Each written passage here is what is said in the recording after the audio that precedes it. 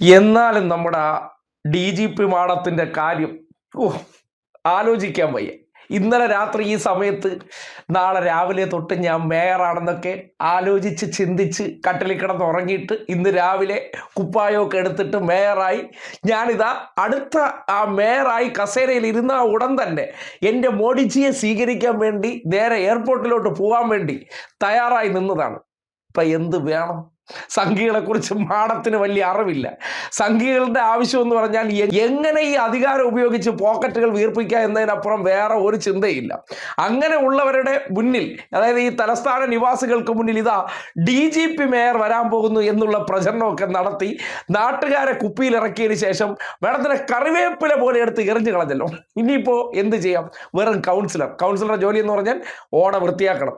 Septic tank നിറഞ്ഞാൽ എന്താണ് madam ചെയ്യേണ്ടതെന്ന് പറഞ്ഞാൽ മാഡം ആ വീടുകളിൽ പോയി നിന്ന് അത് ക്ലീൻ ചെയ്യാനുള്ള പരിപാടി വരെ ഇനി ചെയ്യേണ്ടതുണ്ട്. കാര്യം ഇതൊന്നും ഇതുവരെ അറിഞ്ഞിട്ടില്ലല്ലോ.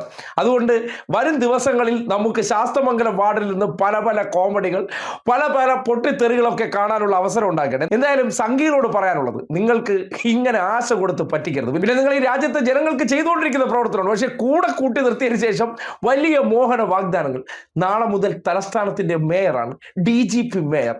നിങ്ങളാണ് ഞങ്ങളുടെ മോഡിജി ഇവിടെ വരുമ്പോൾ ആ താമരപ്പൂ കൊടുത്ത് സ്വീകരിക്കാൻ പോകുന്ന ആൾ.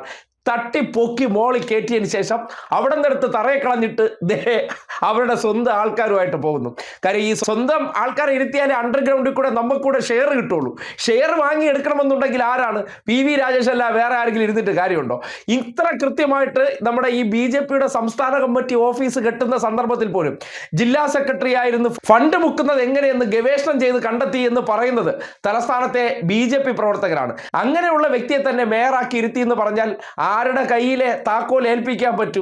അത് മാത്രമാണ് BJP ചെയ്തിരിക്കുന്നത്. പക്ഷേ എന്നിരുന്നാലും ഒരു സ്ത്രീ എന്ന പരിഗണന കൊടുക്കാതെ DGP ആണെന്നുള്ള ആ സ്ഥാനമാനത്തിനും IPS ആണെന്നുള്ള ആ ഒരു വലിയ വെയിറ്റ് ഒക്കെ കൊടുത്തതിന് ശേഷം IPSകാർ ഇനി ശാസ്തമംഗലത്ത് പോയി കൗൺസിലർ എന്നുള്ള നിലയ്ക്ക് ഓട വൃത്തിയാക്കണോ അല്ലെങ്കിൽ ജനങ്ങളുടെ സെപ്റ്റിക് ടാങ്ക് ഉൾപ്പെടെ വൃത്തിയാക്കണ ജോലി ചെയ്താൽ മതി, മേയർ കസേരയിലോട്ടൊന്നും ഇരിക്കണ്ട എന്ന തരത്തിലുള്ള തീരുമാനങ്ങൾ എടുത്തപ്പോൾ എത്രമാത്രം ഗംഭീര പണിയാണ് സിംഹാസനത്തിലിരുന്ന DGP മാഡത്തിന് കൊടുത്തതെന്ന് നാട്ടുകാർ കാണും. ഇതാണ് BJP. ഇപ്പോൾ വീട്ടിലെ കട്ടിലിൽ കമിഴ്ന്ന് കിടന്ന് നെഞ്ചത്തിടി നിലവിളിയായിട്ട് കിടപ്പുണ്ട്. കാര്യം ഇന്നലെ രാത്രി എന്തൊരു സ്വപ്നമായിരുന്നു. ഞാനിതാ മേയർ, മാധ്യമങ്ങളെല്ലാം തുടർന്നു കഴിഞ്ഞാൽ നിയുക്ത മേയർ. ഇന്ന് മേയറും അല്ല, ഒരു ഉണ്ടംപൊരി അല്ലാത്തൊരവസ്ഥയിലെത്തുമ്പോൾ DGP മാഡത്തിനെ കൂടെ നിർത്തി സംഘികളെല്ലാം കൂടി പറ്റിച്ച് കിടത്തി എന്ന് മാത്രം പറഞ്ഞാൽ മതി.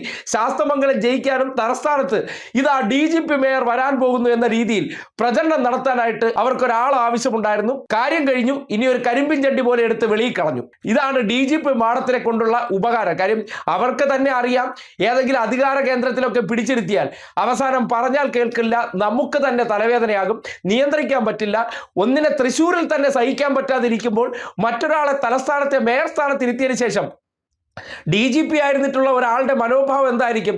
എല്ലാം കൽപ്പിച്ച് ഉത്തരവിട്ടേ ശീലമുള്ളൂ. അതുകൊണ്ട് BJP സംസ്ഥാന കമ്മിറ്റി ഓഫീസിൽ നിന്ന് വിളിക്കുമ്പോൾ നീ ആറാ, ഏത് സംസ്ഥാന പ്രസിഡന്റാ എന്ന് ചോദിച്ചാൽ കഴിഞ്ഞില്ലേ? അത് മുന്നിൽ കണ്ടുകൊണ്ടാണ് മാഡം ഇവിടെ ഇരിക്കണ്ട, ഞങ്ങളുടെ ആൾക്കാർ ഇരുന്നോളും, മാഡം വീട്ടിൽ പോയി ഇരുന്നാൽ മതി എന്ന രീതിയിലേക്ക് ഒരു തീരുമാനത്തിലെത്തിയതെന്നാണ് മനസ്സിലാക്കാൻ കഴിയുന്നത്.